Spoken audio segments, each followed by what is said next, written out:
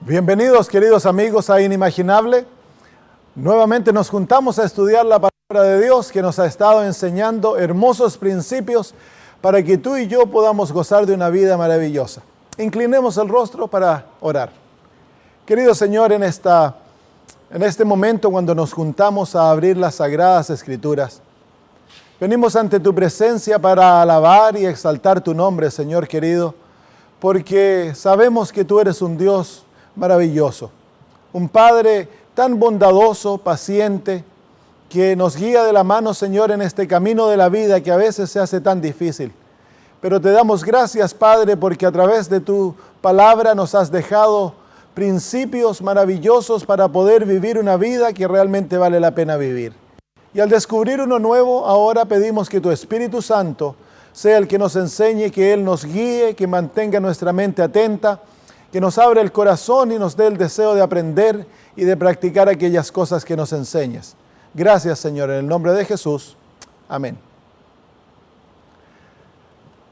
Una señora vino a hablar con el pastor durante algunos programas especiales que ella estaba atendiendo. El pastor ya era un hombre mayor, así que la señora sintió la confianza necesaria para abrir su corazón y contarle los problemas que ella estaba confrontando en su hogar. Durante la conversación ella le dijo de que su matrimonio estaba llegando al punto de quiebre y que a lo mejor se iban a divorciar con el esposo. Luego de algún rato de escuchar a la mujer abrir su corazón y compartir el dolor de su alma, el pastor le hizo una pregunta. Le dijo, dime, ¿cuál es el costo que tú estás dispuesta a pagar para salvar tu matrimonio? Ella pensó por algún momento y luego le dijo, yo realmente no sé si estoy interesada en salvar el matrimonio. Bueno, el pastor le dijo, mira, yo te voy a enseñar algo muy sencillo, que si tú lo pones en práctica, tu matrimonio va a ser transformado, y no tan solo tu matrimonio, sino que también tu vida. Y le enseñó los principios de morir a sí mismo, y que la vida cristiana es una vida que se dedica a amar a los demás y a no protegerse a sí misma. Ella pensó por un rato y le dije, no, realmente no sé si estoy dispuesto a hacer algo tan difícil para salvar mi matrimonio. Él le dijo, mira, anda, trata de ponerlo en práctica y cuando puedas ven y hablamos nuevamente. Un año pasó. La mujer volvió a hablar con el pastor, se encontraron en otra reunión. El pastor la reconoció y le dijo, cuéntame, ¿qué ocurrió con tu matrimonio?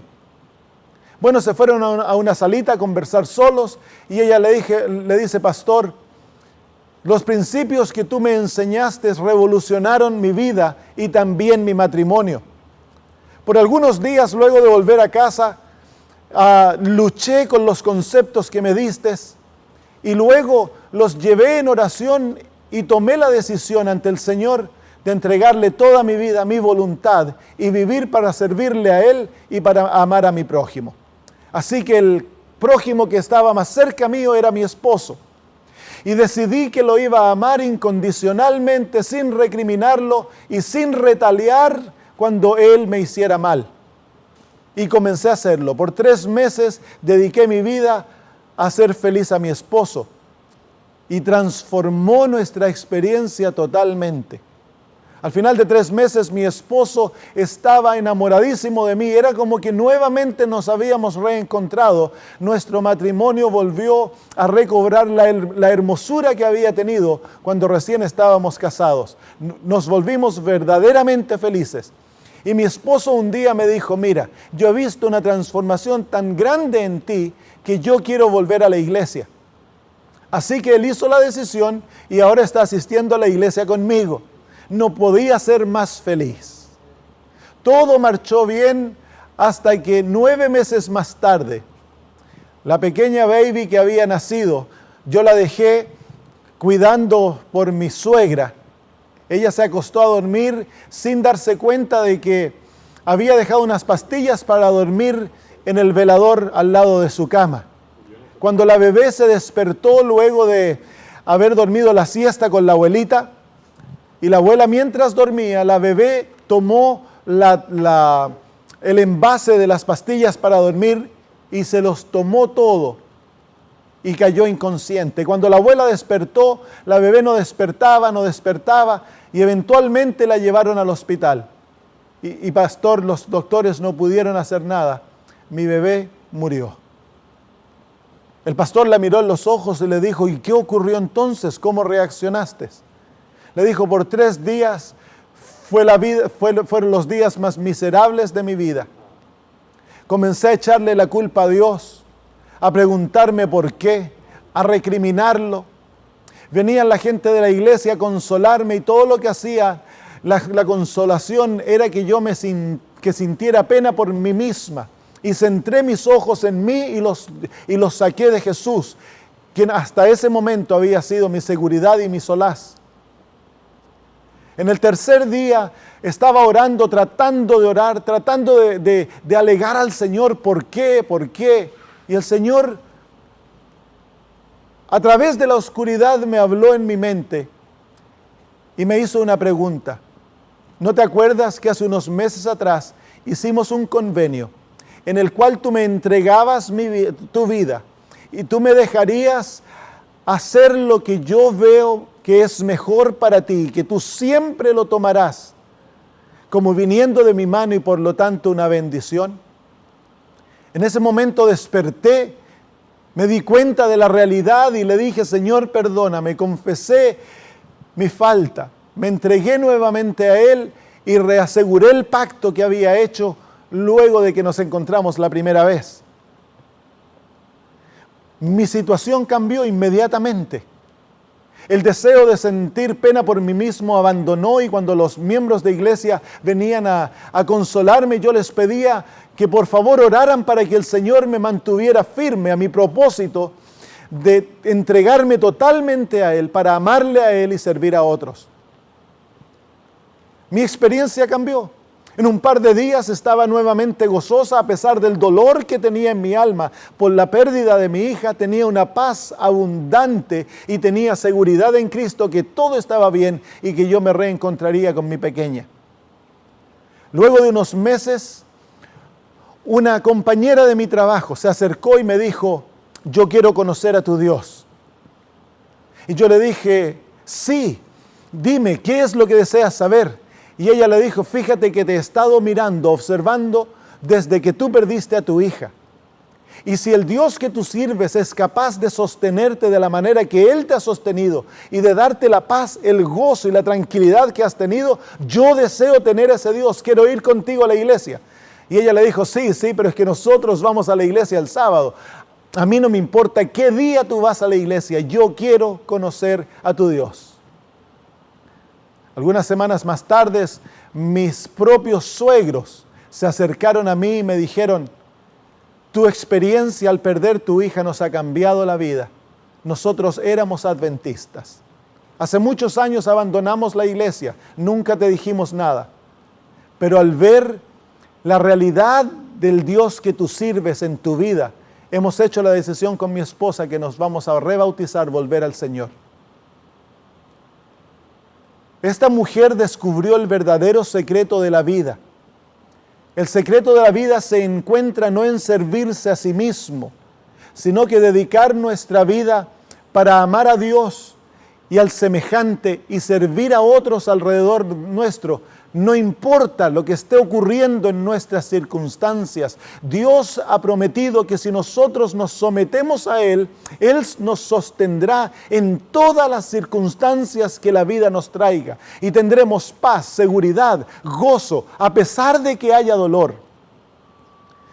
En nuestra presentación pasada aprendimos el secreto del morir a sí mismos, el tomar el yugo de Cristo y ser crucificados con el Señor, negándonos a nosotros mismos para tener la abundancia de la vida de Cristo.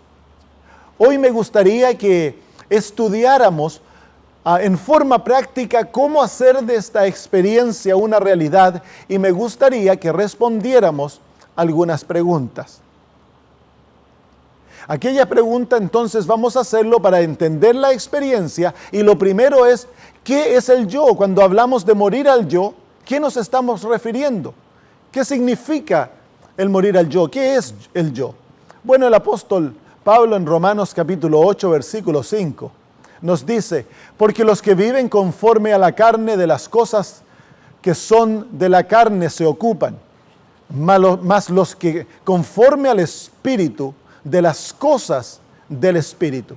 Aquí el apóstol Pablo usa un sinónimo del yo. La Biblia no usa el término el yo, la Biblia usa el término la carne, que se refiere al ser humano tal cual él está sin conocer a Cristo.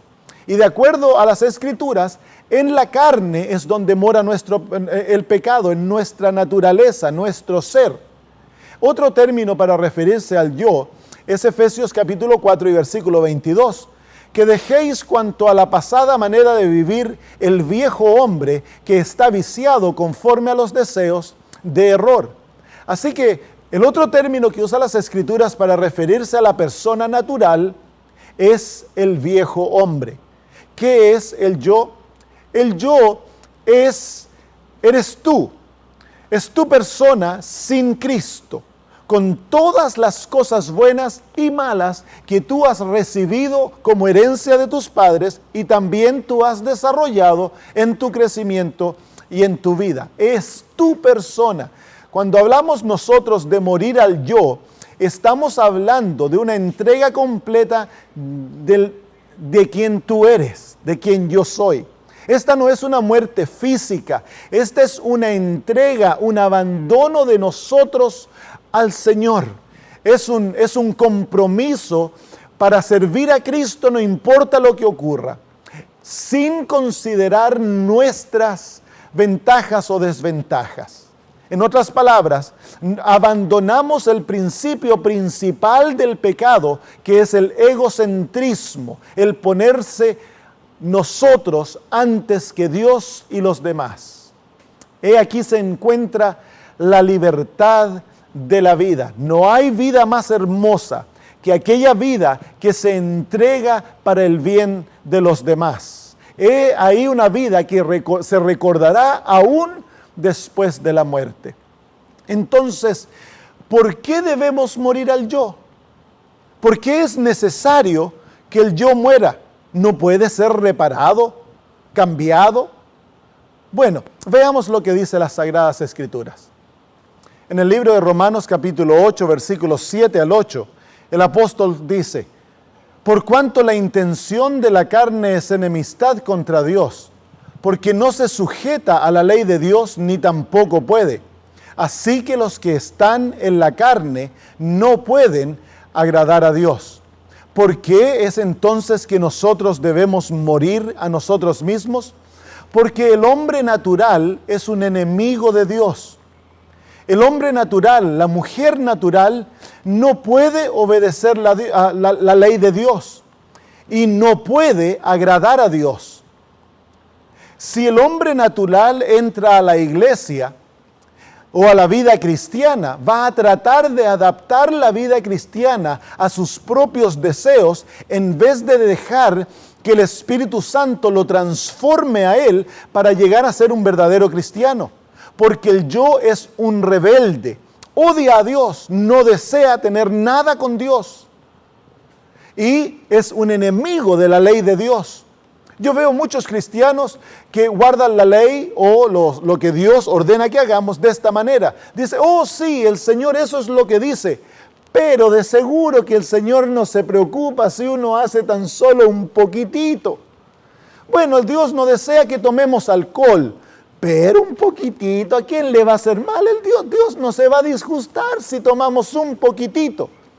A pesar de que eso parece tan inocente, la realidad es que el yo se está poniendo sobre la autoridad divina y cambiando el mandamiento de Dios y adaptándolo para que uno crea todavía que está observando la ley cuando en realidad la está destruyendo. Entonces es necesario de que el yo muera. Dios no está interesado en parchar el yo. Algunos creen que la vida cristiana es una mejora de la vida antigua. Por ejemplo, bueno, realmente el único problema que yo tengo es la envidia. Si yo puedo vencer la envidia, yo entonces voy a llegar a ser un buen cristiano. Entonces uno realmente se ve como una buena persona con algunos problemitas. Y la labor de Dios es darnos victoria sobre aquellos problemitas y todo está solucionado. Pero ese no es el problema es con nosotros, no con nuestras deficiencias. Nosotros tenemos una naturaleza que está unida al pecado. Nosotros somos rebeldes, contumaces. Nosotros no complacemos a Dios ni deseamos guardar su ley. Dios no está interesado en parcharnos. Lo único que Dios puede hacer con nosotros es crucificarnos y recrear un ser completamente nuevo a la imagen suya, a la imagen de su Hijo. Entonces, querido amigo, la única esperanza de una transformación completa es que nosotros nos entreguemos sin condiciones a Dios para que Dios tenga completa autoridad de nuestra vida. Mientras tú desees tener el control de tu corazón o de tu vida, Dios no puede reinar ahí. El Señor Jesús dice que no podemos servir a dos maestros, a dos señores, porque amaremos a uno y odiaremos al otro. Entonces, cuando el yo está entronado en el corazón, tú te amas a ti y realmente rechazas a Dios. A pesar de que el yo es mentiroso, es engañoso, entonces te hace sentir a ti como que tú amas a Dios, pero realmente no lo amas. Lo que tú deseas es hacer tu propia voluntad y caminar tus propios caminos. Entonces el Señor tiene una solución para el problema. Al principio de la vida cristiana te dice, entrégame tu yo y yo te voy a dar un nuevo ser, donde yo reino como Señor y Salvador. Esa es la única solución para el problema que nosotros confrontamos del pecado. Entonces, cuando nosotros morimos al yo, ¿realmente a qué morimos? En mis estudios de las Escrituras yo he encontrado 4 áreas generales de entrega. Y esas me gustaría que las estudiáramos ahora. Aquellas áreas que cubren toda nuestra vida. Primero, el apóstol Pablo en Gálatas capítulo 2 nos dice, con Cristo estoy juntamente crucificado y vivo, no ya yo, mas vive Cristo en mí. Y lo que ahora vivo en la carne, lo vivo en la fe del Hijo de Dios, el cual me amó y se entregó a sí mismo por mí. Así que de acuerdo a las palabras del apóstol Pablo, el área primera de muerte es cuando tú mueres a quien tú eres. A todo lo que tú eres, todo lo que te hace tú. Y algunas de aquellas áreas son, por ejemplo, el morir a la imagen de ti mismo. Nosotros vivimos y morimos tratando de defender nuestra imagen, de la manera que la gente nos ve y piensa de nosotros, la opinión que las personas tienen de nosotros. Por ejemplo, podemos estar muy enojados adentro de la casa. Salimos de la puerta y ponemos una sonrisa. Yo me acuerdo cuando era niño y escuchaba a mis padres alegar. A veces se ponían a gritar y mi mamá le estaba gritando y mi papá le decía, mujer, cállate, cállate, ¿qué van a pensar los vecinos? Entonces, realmente nosotros vivimos para proteger este ser que es enemigo de Dios. Pasamos la vida tratando de pintar una buena imagen de quien nosotros somos, pero la realidad es que nosotros no somos así. Entonces, Dios nos va a llevar por un camino a través del cual nuestra reputación va a ser destruida. A mí me ocurrió. Del momento que yo me entregué al Señor, comenzó una labor de destruir la confianza que yo tenía en mí mismo. Perdí mi posición para la institución que yo trabajaba, se cerró el instituto que yo tenía de enseñanza para obreros misioneros. Todos mis sueños se desmoronaron, porque lo que Dios quiere es recrear una imagen ahora basada en Cristo y no en lo que yo puedo hacer. Entonces es necesario que muramos a nuestra propia imagen. Cuando nosotros morimos al yo, también hemos de entregar todas nuestras opiniones. Déjame decirte, si tenemos al señor González muertito aquí en un cajón y viene un hombre y le dice, mira pelado, sos feo, tenés la nariz chueca, ¿se puede defender el señor González? El señor González ahora está muerto. Una vez que murió, él abandonó la defensa propia. Él abandonó el tratar de defender y de restaurar su imagen. Ahora, si le pegan en una mejilla, le pueden pegar en la otra y él no se va a enojar. Le pueden desordenar el pelo, le pueden hacer un pellizco en la nariz, le pueden golpear el cajón y el señor González no se puede defender. ¿Por qué? Porque el señor González está muerto y ha dejado ahora el defenderse a sí mismo. He ahí la vida del cristiano. Por eso el Señor Jesús dice, si quieren llevar tu túnica, dales también el saco. No vivas tu vida defendiéndote a ti mismo, tratando de proteger tus posesiones y lo que tú eres. Cuando mueres al Señor, cuando mueres a ti mismo, ya de ahora no tienes más opiniones. No es lo que tú piensas lo que vale, sino que qué es lo que el Señor dice. Tu vida se debe regir por la opinión de Dios y no por lo que tú piensas. ¿Y qué en cuanto a las relaciones? ¿Puedes tener enemigos? ¿Qué pasa, por ejemplo, si viene aquí el peor enemigo del señor González y lo acusa de que él le robó plata y dice las mentiras más grandes del señor González? ¿Qué va a hacer el señor González contra un enemigo? ¿Tiene el señor González, ahora que murió, algunas familiares, amigos o enemigos? No, el señor González murió para todos. De ahora en adelante el señor González ya no se relaciona con nadie. En cierto modo la muerte es el último rechazo. El señor González ha rechazado a todo el mundo. De ahora en adelante el señor González no tiene mamá, no tiene papá, no tiene hermanos, no tiene hermanas, no tiene esposa, no tiene hijos, no tiene amigos y no tiene enemigos. ¿Qué quiere decir eso? Es que cuando nosotros morimos a nosotros mismos, ya dejamos de relacionarnos con todo el mundo.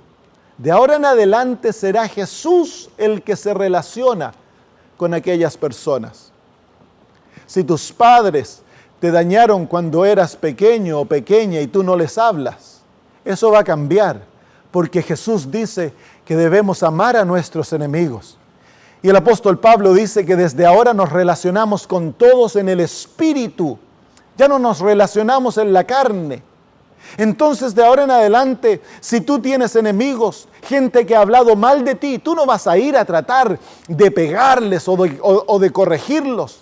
Eso se acaba. Ahora tú se los entregas a Jesús y tú vas a orar para que el Señor los corrija y los salve, porque son seres humanos. Ellos son hermanos tuyos, quiéralo o no. Yo cuando niño fui abusado sexualmente a la edad de 5 años. Toda mi vida pasé tratando de esconder lo que me había ocurrido. Íbamos a jugar a la casa de un hombre mayor, ya un hombre retirado, no sé qué edad tenía en aquel tiempo, y el hombre nos sentaba en sus faldas y ahí nos tocaba, nos besaba en la boca. Eso me marcó por muchos años. A nadie yo le pude contar aquello por muchos años porque sentía vergüenza, pero más que vergüenza, sentía el deseo de venganza, sentía el deseo de agarrar al viejo del cuello y darle una paliza. Esos eran mis deseos cuando yo estaba sin Cristo. A pesar de que iba a la iglesia, nunca le había sometido mi vida a Jesús. Yo era un pastor y tenía deseo de venganza. ¿Cómo puede ser que un cristiano viva con amargura, con rencor, con deseo de venganza? Y la noche que fui convertido, el Señor trajo la imagen de aquel hombre y me dijo, ¿qué vas a hacer con él? Y comencé a transpirar. Fue doloroso, porque naturalmente yo quería justicia. Pero ahí escogí y le dije, Señor, yo escojo perdonarlo y escojo amarlo. ¿Saben ustedes, queridos amigos? Fue como un peso que se cayó de los hombros al suelo y desapareció, y nunca más he tenido rencor, ni odio, ni ira con aquel hombre. Si estuviera vivo y yo lo encontrara, le haría el bien y lo trataría con cariño. ¿Saben ustedes que la experiencia de convertirnos, cuando un nuevo ser nace, aquel ser que fue abusado ya no existe? Jesús transforma todo lo que el Satanás hizo para destruir mi vida, lo vuelve una bendición para mí y para los demás.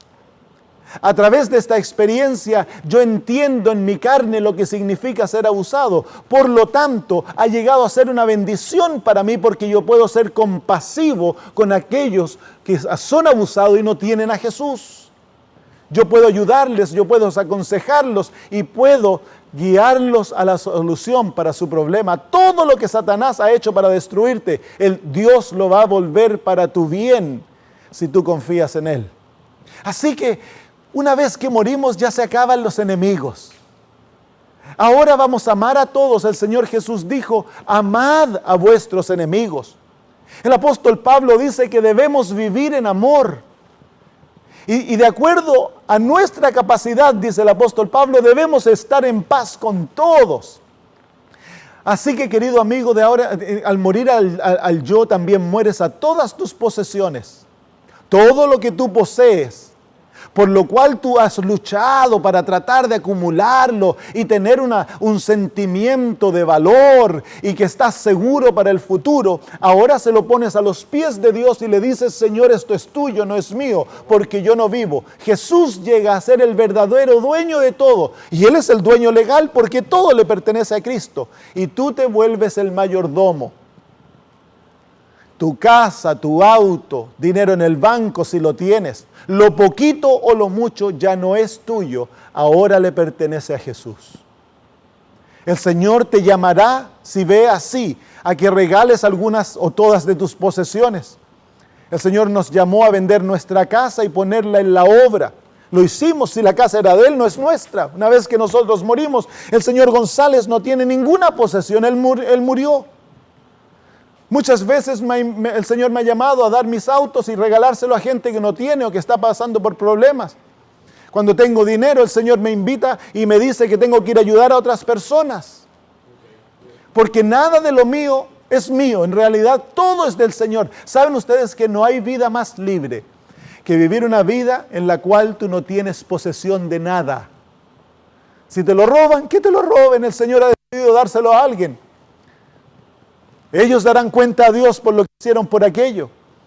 Yo en el año 2008, cuando vino la caída de la moneda, la gran caída de la moneda, el problema financiero alrededor del mundo, en mi iglesia había gente de posesiones que estaban asustados. ¿Qué va a pasar? Vamos a perder esto, vamos a perder la propiedad, el dinero en el banco. Y me hacían preguntas y un día yo me paré en la iglesia y les dije, hermano, yo estoy tan feliz que le he entregado todo al Señor porque yo no puedo perder nada, ya lo perdí todo. Ya se lo entregué a Jesús. Y si es su voluntad que nosotros tengamos algo, alabado sea Dios. Y si es su voluntad que no tengamos nada, alabado sea Dios. No hay vergüenza en ser pobre cuando uno sirve a Cristo, porque la realidad es esta: cuando tú tienes a Cristo, tú nunca eres pobre. Tú eres el Hijo de Dios, el dueño de todo. Así que debes ahora, cuando tú mueres al yo, tú debes tomar una decisión consciente de perdonar a todos los que te han hecho daño. Uno por uno, perdonarlos. Hace algunos años atrás, la institución por la cual yo trabajaba no les gustó de mí y comenzaron a inventar mentiras acerca de mi carácter y de la labor que yo hacía. Causaron mucho dolor y daño. Destruyeron mi reputación, pero gracias a Dios que yo había entregado mi vida a Él. A pesar de que hubo dolor, no llevamos rencor alguno. Los hemos perdonado a todos, les he escrito cartas diciéndole que los perdonamos, oramos por ellos y hemos escogido amarlos. Nuestra vida es feliz. Si Dios es el que gobierna la vida, por lo tanto, todo lo que nos pasa viene de su mano a través de su permiso. Por lo tanto, no tenemos que acongojarnos por aquellas cosas que vienen a nuestra vida. Deja que el Señor gobierne tu vida. Nada te puede pasar que no sea para tu bendición. Si es Cristo el que escoge cada experiencia de tu vida, es para tu bien. Tómalo como viniendo de la mano de Dios y no te acongojes ni te preocupes. Pero en el morir al yo hay una parte muy importante. Tú tienes que entregarle tu voluntad a Dios. La voluntad es la capacidad que tú posees, dada por Dios para hacer decisiones. Cuando Adán y Eva pecaron, ellos le entregaron la voluntad humana de ellos y de todos sus hijos a Satanás, y cada ser humano ha nacido como esclavo de Satanás. Satanás obra a través de la voluntad humana para que nosotros hagamos de acuerdo a su placer. Por eso somos esclavos de Satanás. Él nos da como un sentido como que somos libres. Y nosotros creemos que hacemos nuestras propias decisiones, pero nunca es así. Tú eres esclavo a la voluntad del enemigo y él te manipula para que hagas siempre sus deseos. Entonces es importante que ahora escojas ser siervo de Cristo, que le entregues su voluntad. El Señor a mí me enseñó una manera de hacerlo. Es una oración cortita. Satanás necesita escuchar esto porque él ha sido tu amo hasta este momento. En forma audible tú dices: Satanás, hasta este punto yo he sido tu esclavo, pero hoy escojo no ser tu esclavo ya más. Ahora le pertenezco a Cristo. Y luego háblale a Jesús: Señor, en este momento yo tomo mi voluntad y te la doy a ti. De ahora en adelante yo soy tu esclavo, haz conmigo como tú desees. He ahí el secreto de la libertad, porque Cristo no tiene esclavos. Jesús te va a hacer verdaderamente libre. Y Él ahora toma tu voluntad en sus manos y la une a su propia voluntad. Y desde ese momento el Señor comienza a obrar en ti el desear y el hacer de acuerdo a su voluntad. Pero ¿sabes lo lindo que es? Es que Dios va a hacer que esto comience a trabajar a través de tu voluntad, y a ti te parece que eres tú el que estás haciendo las decisiones y los deseos, cuando es Cristo obrando a través tuyo, porque tú has elegido pertenecerle a Él y ser su esclavo. Es por eso que los apóstoles se llamaban esclavos de Cristo, porque no hay nada más hermoso que pertenecerle totalmente a Jesús. Eso significa morir al yo. No hay vida más libre, más hermosa que en este primer paso, cuando tú mueres a quien tú eres. El segundo paso de muerte se encuentra en Romanos capítulo 6 y versículo 2. El apóstol Pablo dice: de ninguna manera, porque los que hemos muerto al pecado, ¿cómo viviremos aún en él? Muertos al pecado.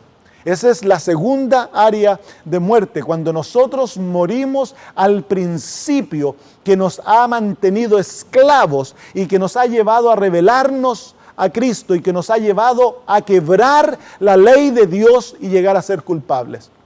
Déjame ilustrarte lo que esto significa. Cuando aquí está el hermano González, y digamos que él está así estiradito y de repente viene una señora a despedirse de él, y ella tiene faldas cortas y tiene un corte arriba bien bajo y se le notan los senos, y ella se agacha para despedirse del señor González. Déjame hacerte una pregunta: ¿puede el señor González ser tentado a querer esa mujer? ¿Puede el pecado despertar al señor González y decirle: mira? No. ¿Por qué? Porque él está muerto. ¿Sabes por qué nosotros somos tentados a pecar? Porque nosotros estamos vivos. O porque nosotros respondemos a la tentación. O la tentación vino donde el señor González, pero el señor González no respondió. ¿Por qué no respondió? Porque él está muerto. La invitación al pecado es la tentación. La tentación no es pecado. Es cuando nosotros respondemos al pecado y seguimos la tentación, respondemos a la tentación y obedecemos su invitación, que nosotros pecamos. Jesús fue tentado en cada punto de su vida, pero nunca respondió a la tentación. Por lo tanto, no pecó. Así es. ¿Por qué es que Jesús no respondió? Porque él estaba muerto al yo. He aquí la batalla más grande, porque en esta batalla Satanás te sigue día a día porque él conoce tus puntos débiles.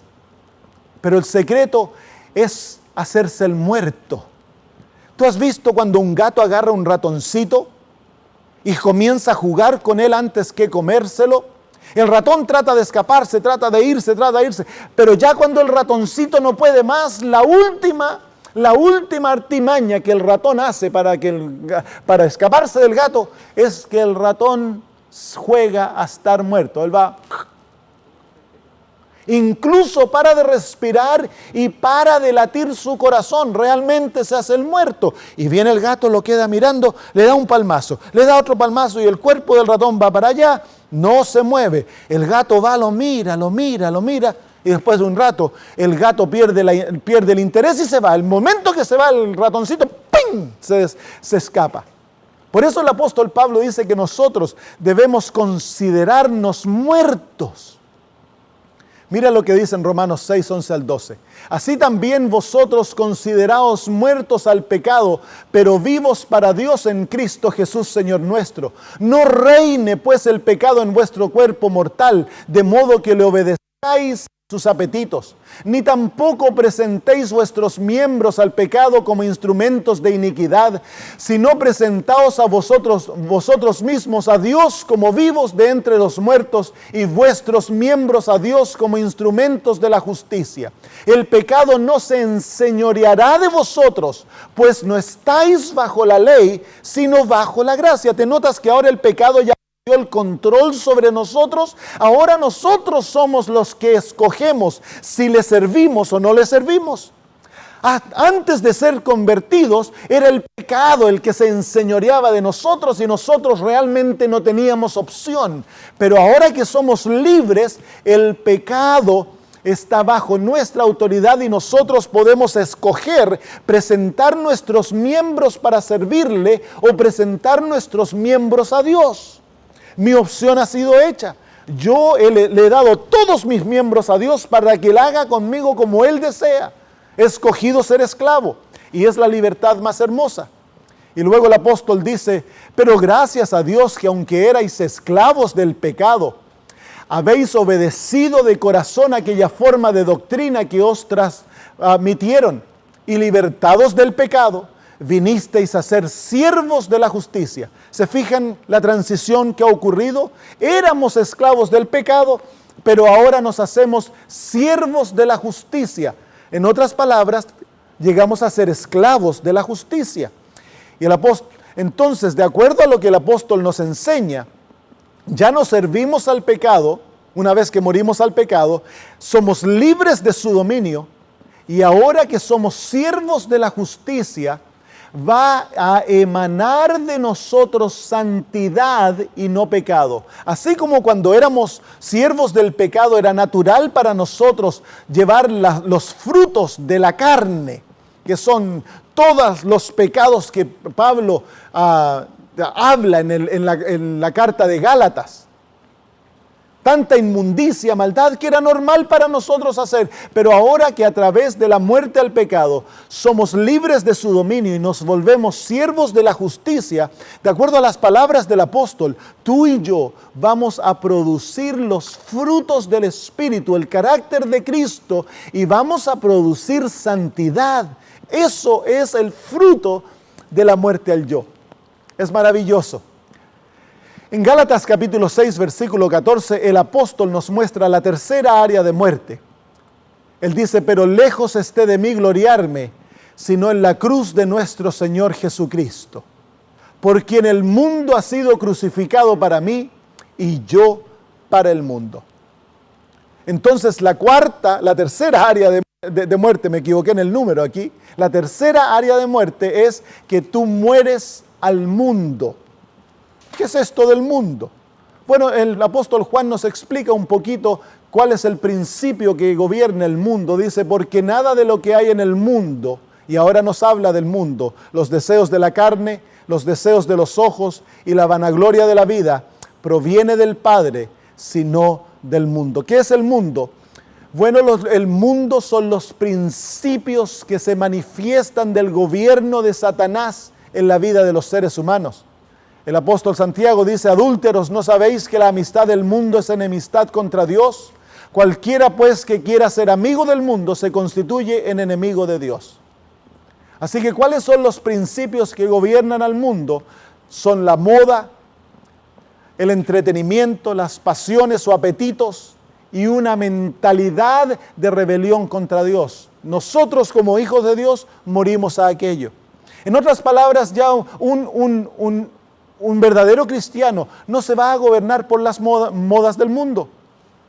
Si las faldas suben hasta sobre las rodillas o más alto hasta acá arriba, que casi se ve la ropa interior, el cristiano no puede vestirse de esa moda. Si viene la moda de los tatuajes y que hay que andar con todos estos dragones pintados en el cuerpo, el cristiano no puede hacer aquello. Tampoco el cristiano puede participar del espíritu de los deportes de este mundo y las entretenciones de este mundo, porque todos exaltan al yo. Sí, nosotros podemos pegarle a una pelota, jugar tenis por diversión, pero el ir ahora a manifestar el espíritu de destruir a otros para que yo gane y sea primero, ese no es el espíritu de Cristo. Entonces ahora nosotros, cuando vivimos en el mundo, vamos a escoger vestirnos como Cristo, vamos a escoger entretenernos como Cristo. Ya la música del mundo nos llama la atención, porque nos damos cuenta que la música del mundo es la creación del gran músico que se rebeló contra Dios, Satanás. Y que toda aquella música nos lleva a rebelarnos contra Dios. Muchas de las películas, 99.9% de las películas que se presentan en este mundo, el cristiano no las puede ver porque son inmorales, violentas, llenas de palabras oscuras, de brujería y tanta mugre que se presenta. ¿Puede un cristiano que ama a Jesús mirar una película por 3 horas? ¿Que todas las cosas son contrarias a los principios del reino de Dios? No, por supuesto que no. Pero tú, al morir y entregarle todo esto al Señor, el Señor te cambia tus deseos. Y digamos que a ti antes te gustaban las películas y veías los balazos, veías los cuerpos destruidos. Te garantizo que ahora que estás convertido, te sientas a mirar algo así, va a ser totalmente lo opuesto. Lo vas a odiar. Y eventualmente el Señor, si tú le permites, te va a tener totalmente aparte de aquellas cosas. O seguimos en el mundo para amar a las personas del mundo, para servirlas, para cuidarlas, para hacerles bien. Si están enfermos, los vamos a sanar. Si son pobres, los vamos a alimentar. Vamos a cuidar a las viudas, a los huérfanos. Pero el cristiano no se va a hallar participando de los principios del mundo, que es los principios del reino del enemigo. Entonces, Gálatas 2:19 entonces nos habla de la última área de muerte. Dice así: yo por la ley morí para la ley a fin de vivir para Dios. Así que nosotros también morimos a la ley. El apóstol Pablo en Romanos 7:6 dice: pero ahora estamos libres de la ley, por haber muerto para aquella a la que estábamos sujetos, de modo que sirvamos bajo el régimen nuevo del Espíritu y no bajo el régimen viejo de la letra. Morimos a la ley y morimos en varias áreas. Primero morimos tanto que la ley ya no nos condena. La condenación se acabó. Ya no vivimos una vida de condenación porque estamos bajo la gracia. La ley ya no está condenándonos, buscando enjuiciarnos. Eso se acabó porque Cristo llevó nuestro juicio. Segundo, tú y yo no vamos a tratar de vivir una vida tratando de ser obedientes. Una vida que nos medimos por la ley. Cristo fue perfectamente obediente a la ley, pero Él nunca se lo escucha: uy, que tengo que ser obediente. No, era algo natural. Esta es la manera que muchos guardan la ley.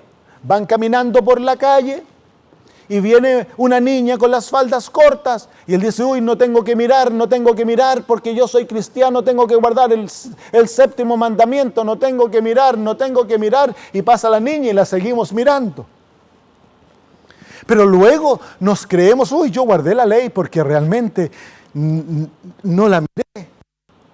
Jesús podía sentarse enfrente de una prostituta y en su corazón no había ni un deseo hacia aquella mujer. Su deseo era salvarla, la miraba como una hermana, la trataba con cariño, pero nunca una mirada con el deseo de fornicación. Eso es lo que el Señor desea, que nosotros guardemos la ley. Pero para guardar la ley de esa manera, nosotros tenemos que cesar de tratar de guardar la ley y debemos dejar que el Espíritu de Dios observe la ley en nosotros. Es por eso que el apóstol dice que la observaremos en el Espíritu y no en la letra. Y cuando tú y yo llegamos a observar la ley de esa manera, cuando se vuelve algo natural, nosotros no estamos conscientes, no nos creemos buenos porque, bueno, esta semana no pequé, entonces pucha que soy buen cristiano, y nos creemos mejor que los otros y comenzamos a apuntar el dedo, a criticar al que, tratar mal al que cayó, al que está luchando. Pero cuando nosotros hemos pecado, andamos calladitos y humildes porque, que nos sentimos malos. Es porque tenemos una vida guiada de nuestra conciencia a la ley. Pero cuando tú y yo nos hemos entregado a Cristo y el Espíritu vive en nosotros, el Espíritu escribe la ley en nuestro corazón y es natural comenzar a observar la ley y es odioso pecar. Pero la observación de la ley es inconsciente, no es algo que tú vives tratando de doblarte el brazo para ser obediente. Si tú tienes que hacer eso, te garantizo que no has sido convertido. Morimos a la ley, somos transparentes, ya la ley no condena al hermano González. El hermano González dejó de existir para la ley. Y ahora el hermano González tan solo vivirá en Cristo. Y Cristo, la vida de él es perfecta. Saben, en la nueva vida nace un canto en el corazón. Porque ahora nuestra alma está en unísono con la ley de Dios. Y en nuestra alma nace el canto, como el canto de David que decía, oh, cuánto amo tu ley. Es más preciosa que el oro, es más dulce que la miel. Nosotros llegamos a amar la ley de todo corazón y el pecado es realmente odioso. Hace algunos años atrás, yo estaba predicando iba a predicar una serie de temas en un campamento donde mayormente se congregaban cristianos. Íbamos a pasar una semana juntos y yo prediqué esta serie de temas y entre aquellas personas había una familia muy amiga nuestra que estaban pasando circunstancias terribles con sus hijas. La mamá, una muy buena amiga mía y de mi esposa, vino a hablarnos, tenía tremendas ojeras, habían marcas en su rostro de la ansiedad, del dolor que estaban sufriendo. Y me dijo, Samuel, yo he perdido todo el deseo de vivir, estoy de cerca de cometer suicidio. Yo la quedé mirando y le dije, amiga, dame una semana. Si al final de esta semana tu vida no ha sido transformada, entonces tú puedes cometer suicidio, porque yo sabía que no iba a ocurrir. Cuando ella aprendió el principio de morir a sí mismo, de entregar el yo a Cristo y dejar que las circunstancias de la vida vengan y tomarlo todo como viniendo de las manos de Dios y regocijarse en cualquier cosa que venga porque es para nuestro bien, ella venció aquel egoísmo que quería destruirla. Al final de la semana su vida había sido transformada, estaba gozosa, regocijándose en Cristo. Querido amigo, querida amiga, la verdadera vida se encuentra cuando nosotros morimos a nosotros mismos para dejar que Cristo sea el que reine. Inclinemos el rostro para orar. Querido Señor y Dios nuestro, nuevamente venimos a tus pies implorando que tú tomes nuestro ser totalmente. Yo te suplico que a través de tu Espíritu tú trabajes en el corazón de cada televidente, Señor, cada amigo que está mirando este programa. Y que a través de tu Espíritu les lleves, Señor, a entregarse a ti totalmente, a someter el yo a ti y a morir, Señor, a sí mismos para que Cristo sea el que viva y ellos encuentren verdadera vida en Jesús. Gracias por hacerlo, Señor. Gracias por hacerlo, porque yo sé que muchos de mis amigos, si no todos, que aquellos que tomen esta hermosa decisión se encontrarán en la patria eterna y tendremos el gozo de encontrarnos algún día. Gracias, Padre, en el nombre de Jesús. Amén.